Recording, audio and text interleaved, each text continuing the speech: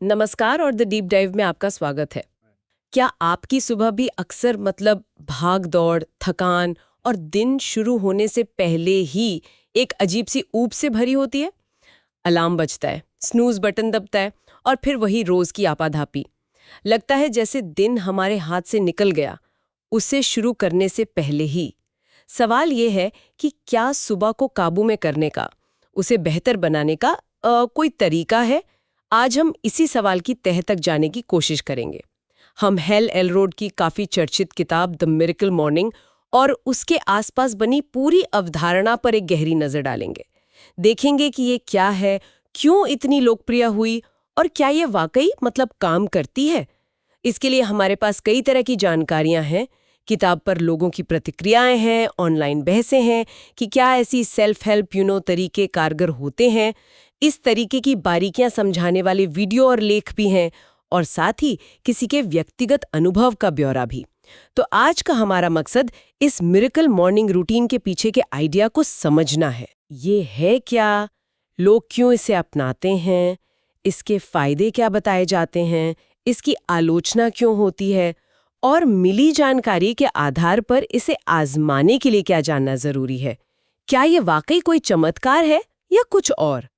चलिए मिलकर पता लगाते हैं। तो सबसे पहले ये मिरेकल मॉर्निंग आखिर है क्या? इसका मूल विचार बहुत सीधा सा लगता है, अपनी सुबह को बदलकर अपनी जिंदगी बदलना। कई जगहों पर इसे इसी तरह समझाया गया है कि आपकी सुबह की शुरुआत आपके पूरे दिन और आखिर में आपकी जिंदगी की दिशा तय करती है। बिल्कुल। और इस विचार को बल मिलता है लेखक हेल एलरॉड की अपनी अविश्वसनीय कहानी से। कई स्रोतों में उनकी कहानी का जिक्र है।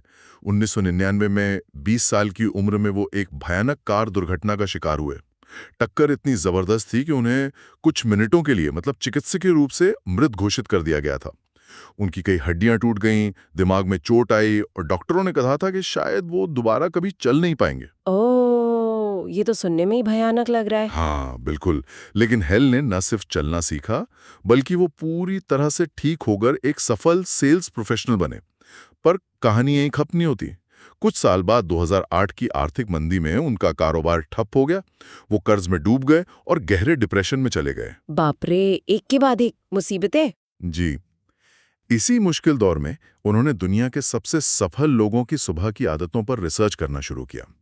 उन्होंने पाया कि कई कामयाब लोग सुबह जल्दी उठकर कुछ खास काम करते हैं। उन्हीं आदतों को मिलाकर उन्होंने अपना मिरेकल मॉर्निंग रूटीन बनाया, जिसने उनके मुताबिक उन्हें उस बुरे दौर से निकलने में मदद की। ये जानना जरूरी है, क्योंकि इससे उनकी सलाह सिर्फ किताबी ज्ञान नहीं लगती, बल्कि जिंदगी के मुश्किल अनुभवों से निकली हुई लगती है। एक तरह से वेकू अनुभव किया हुआ ज्ञान। हाँ, ये बात तो है, इससे विश्वसनीयता बढ़ जाती है और ऐसा लगता है कि ये आइडिया लोगों को पसंद आ रहा है। भारत में भी ये किताब काफी लोकप्रिय है, इसका हिंदी अनुवाद भी उपलब्ध है। ऑनलाइन देखें तो पाठकों की प्रतिक्रियाएं काफी सकारात्मक है। कुछ लोग इसे शानदार, पूरी तरह पैसा वसूल कह रहे हैं, तो कुछ ने इसे जिंदगी बदलने वाला तक बताया है। ये दिखाता है कि किताब का संदेश कहीं न कहीं लोगों को छू रहा है। ठीक है, तो हेल एलरॉड की कहानी और किताब का मूल विचार तो समझ आता है, पर ये रूटीन है क्या? इसमें करना क्या होता है? यहीं पर आता है इसका मुख्य ढांचा, सेवर्स फॉर्मूला। चलिए इसे खोलकर देखते हैं। ये दरअसल 6 आदतों का एक एक्रोनिम यानी संक्षिप्त रूप है, जिन्हें हेल अपनी सुबह की दिनचर्या में शामिल करने की सलाह देते हैं। हाँ, SAVRS, हर अक्षर एक खास आदत को दर्शाता है। पहला है S, साइलेंस यानी शांति। इसका मतलब है सुबह उठकर कुछ मिनट पूरी तरह मौन में बिताना। ये ध्यान हो सकता है, प्रार्थना हो सकती है, या बस चुपचाप बैठकर अपने विचारों को देखना। इसका मकसद है दिन की भागदौड़ शुरू होने से पहले मन को शांत करना, थोड़ी स्पष्टता लाना और तनाव कम करना। कुछ लोग सुबह किसी शांत कोने में, जैसे बगीचे में, बस कुछ पल बिताने को ही काफी मानते हैं। शांति, ये तो आजकल बहुत जरूरी है। बिल्कुल। अगला है A, अफर्मेशंस यानी सकारात्मक पुष्टि या संकल्प। ये खुद से सकारात्मक वाक्य दोहराने की प्रैक्टिस है। जैसे ये कहना कि मैं अपने लक्ष्यों को पाने में सक्षम हूं, या मैं आज अपना सर्वश्रेष्ठ प्रदर्शन करूंगा। कुछ लोग मोहम्मद अली का उदाहरण देते हैं, जो हमेशा कहते थे मैं महान हूं। इसके पीछे का विचार है कि लगातार सकारात्मक बातें दोहराने से हमारा आत्मविश्वास बढ़ता है और हम अपने लक्ष्यों के प्रति ज्यादा केंद्रित होते हैं। लेकिन यहीं पर एक सवाल उठता है, क्या ये सिर्फ खुद को बहलाना नहीं है, खासकर अगर आप उस बात पर अंदर से यकीन न करते हो? कुछ आलोचक तो यही कहते हैं। एक वाजिब सवाल है, बिल्कुल। देखिए, अफर्मेशंस का मतलब शायद ये नहीं है कि आप रातों रात किसी ऐसी बात पर यकीन करने लगेंगे जो सच से कोसों दूर है। इसे एक तरह की मेंटल ट्रेनिंग की तरह देखा जा सकता है। जैसे आप रोज अभ्यास करके कोई स्किल सीखते हैं, वैसे ही रोज सकारात्मक वाक्य दोहराकर आप धीरे धीरे अपने सोचने के पैटर्न को बदल सकते हैं। ये तुरंत होने वाला जादू नहीं, बल्कि लगातार प्रयास से होने वाला बदलाव है। विचार ये है कि आप खुद को अपनी क्षमताओं और संभावनाओं की याद दिला रहे हैं, ना कि कोई झूठी कहानी गढ़ रहे हैं। अच्छा, मतलब ये धीरे धीरे असर करता है। ठीक है, अगला क्या है? तीसरा अक्षर है वी, विजुअलाइजेशन, यानी कल्पना या मानसिक चित्रण। इसमें आप अपने लक्ष्यों को हासिल करते हुए या अपने आदर्श दिन को जीते हुए मन में स्पष्ट रूप से देखते हैं। जैसे कई एथलीट्स मैच से पहले अपनी जीत की कल्पना करते हैं। ये तकनीक दिमाग को सफलता के लिए तैयार करने और मोटिवेशन बढ़ाने में मदद करती है। यहाँ एक जरूरी बात यह भी है कि कल्पना सिर्फ अच्छे नतीजों की करनी है, पुरानी नाकामियों या नकारात्मक बातों पर ध्यान नहीं देना है। पर सिर्फ कल्पना करने से क्या होगा अगर आप असल में कुछ करें ही नहीं? क्या ये सिर्फ सपनों की दुनिया में खोए रहना नहीं है? बिल्कुल नहीं। और यहीं पर सावर्स की बाकी आदतें काम आती हैं। विजुअलाइजेशन अकेले शायद काफी ना हो, लेकिन ये रूटीन का एक हिस्सा है। इसका मकसद आपको प्रेरित करना और आपके दिमाग को उस दिशा में फोकस करना है जिधर आप जाना चाहते हैं। यह आपको सोफे पर बैठे रहने के लिए नहीं, बल्कि उठकर एक्शन लेने के लिए तैयार करता है। ये एक तरह से आपकी मानसिक तैयारी है। समझी। एक्शन की बात आई तो अगला शायद ई होगा। सही पकड़ा। चौथा है ई, एक्सरसाइज, यानी व्यायाम या कसरत। सुबह उठकर थोड़ी देर के लिए शरीर को हरकत में लाना। ये योगा हो सकता है, हल्की जॉगिंग हो सकती है, कुछ स्ट्रेचिंग या डांस भी, जैसा कि मेघना वर्गीस ने अपने प्रयोग में किया था। जरूरी नहीं कि जिम जाकर घंटों पसीना बहाया जाए। 10-20 मिनट की हल्की कसरत भी शरीर में खून का दौरा बढ़ाती है, एनर्जी देती है और मूड को बेहतर बनाती है। हाँ, सुबह थोड़ी कसरत से ताजगी तो आती है। बिल्कुल। पांचवा है आर, रीडिंग, यानी पढ़ना। हर सुबह कुछ पन्ने पढ़ना, खासकर ऐसी किताबें जो आपको कुछ नया सिखाएं, प्रेरित करें या आपकी सोच को विस्तार दें। कई लोग सेल्फ हेल्प या पर्सनल डेवलपमेंट किताबें पढ़ने की सलाह देते हैं।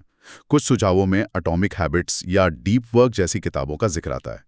यहाँ जोर अखबार या सोशल मीडिया फीड पढ़ने पर नहीं, बल्कि ज्ञानवर्धक सामग्री पढ़ने पर है, जिससे नए विचार मिले और दूसरों के अनुभवों से सीखने को मिले। मतलब न्यूज से ज्यादा ज्ञान पर फोकस। हाँ, कह सकते हैं। और आखिरी है एस, स्क्राइबिंग, यानी लिखना या जर्नलिंग। अपने विचारों, भावनाओं, सीखों या जिन चीज़ों के लिए आप आभारी हैं, उन्हें लिखना। कुछ लोग इसे अपने दिन की प्लानिंग या लक्ष्यों को लिखने के लिए इस्तेमाल करते हैं। मेघना ने अपने प्रयोग में आभार यानी ग्रैटिट्यूड लिखने पर फोकस किया था।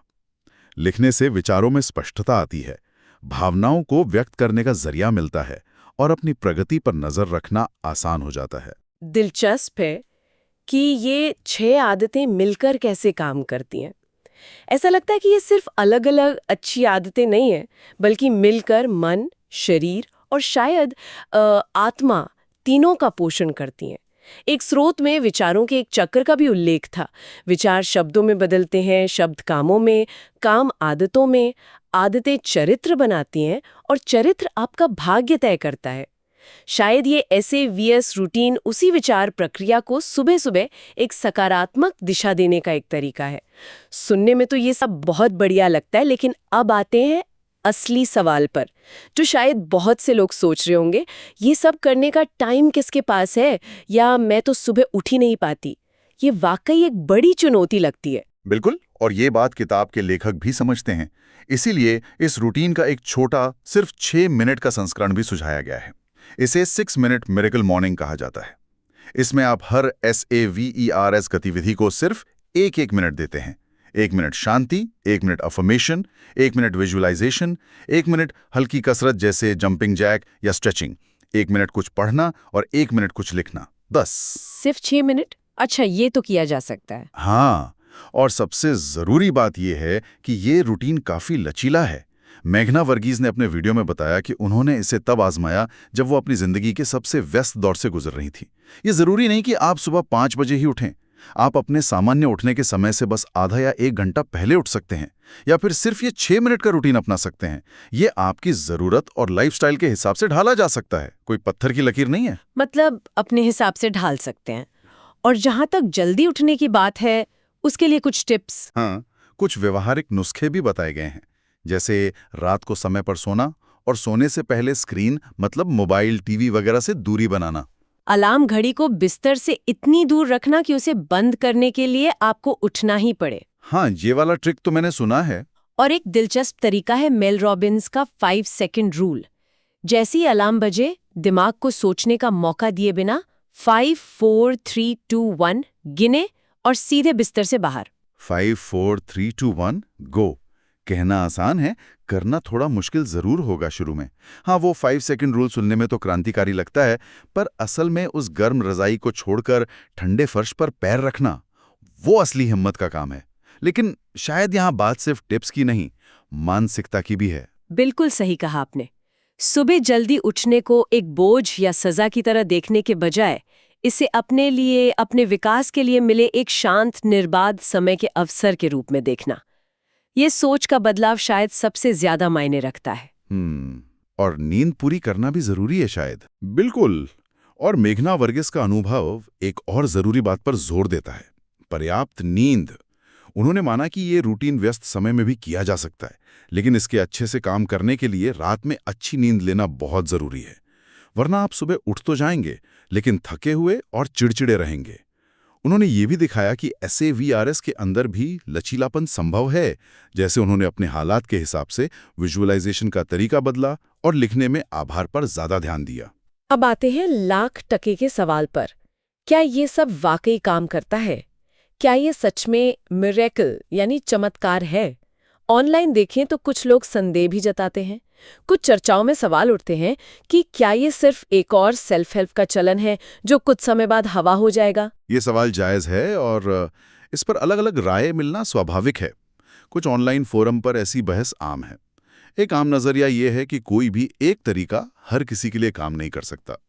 सलाह यह दी जाती है कि ऐसी चीजों को खुले दिमाग से देखें, जो आपके लिए काम करता है उसे अपनाएं और बाकी को छोड़ दें। सेल्फ हेल्प किताबों की आलोचना ये भी होती है कि वे अक्सर लंबी चौड़ी कहानियों से भरी होती हैं और उनमें से काम की बातें निकालना मुश्किल हो जाता है। कुछ लोग तो यहाँ तक कहते हैं कि ऐसी किताबें तेजी से पढ़ो, किससे कहानियां छोड़ो और सीधे मुद्दे की बात पर आओ। हाँ, ये बात तो है, कई बार बहुत भूमिका होती है। लेकिन इन आलोचनाओं के बीच सकारात्मक अनुभव भी कम नहीं है। हमने शुरू में ही देखा कि किताब खरीदने वाले कई लोग इसे शानदार और जीवन बदलने वाला बता रहे हैं। कुछ बुक समरीज में असल जिंदगी के उदाहरण भी दिए गए हैं, जैसे एक स्कूल टीचर जिन्हें प्रमोशन मिला या एक बिजनेसमैन जिनके कारोबार में सुधार आया, जिन्होंने इसका श्रेय इस रूटीन को दिया। और मेघना वर्गीस का 5 दिन का प्रयोग हालांकि छोटा था, फिर भी उन्होंने शांति, बेहतर उत्पादकता महसूस की। और यहाँ तक कि जब उनके वीडियो की फुटेज खो गई, तब भी उन्होंने उस निराशाजनक स्थिति पर ज्यादा सकारात्मक प्रतिक्रिया दी, जो शायद पहले ना देती। हाँ, बिल्कुल। और यह हमें वापस उसी महत्वपूर्ण बिंदु पर लाता है जिस पर ऑनलाइन चर्चाओं में भी जोर दिया जाता है। कोई भी विचार, चाहे कितना भी अच्छा क्यों ना हो, जिंदगी तभी बदलता है जब आप उसे असल में लागू करते हैं। शायद मिरेकल मॉर्निंग का असली फायदा यही है कि ये सिर्फ अच्छे विचार नहीं देता, बल्कि उन्हें अमल में लाने के लिए एक स्पष्ट संरचना, एक ढांचा देता है। सेवर्स। बेशक, जैसा कई स्रोत बताते हैं, लगातार करना यानी कंसिस्टेंसी बहुत जरूरी है। एक दिन जोश में आकर सब कुछ कर लेना और फिर छोड़ देना काफी नहीं है। आलोचनात्मक नजरिए से देखने के लिए कुछ लोग बाय द बुक जैसे पॉडकास्ट का भी जिक्र करते हैं, जहां होस्ट खुद किसी किताब के नियमों पर चलकर अपने अनुभव साझा करते हैं।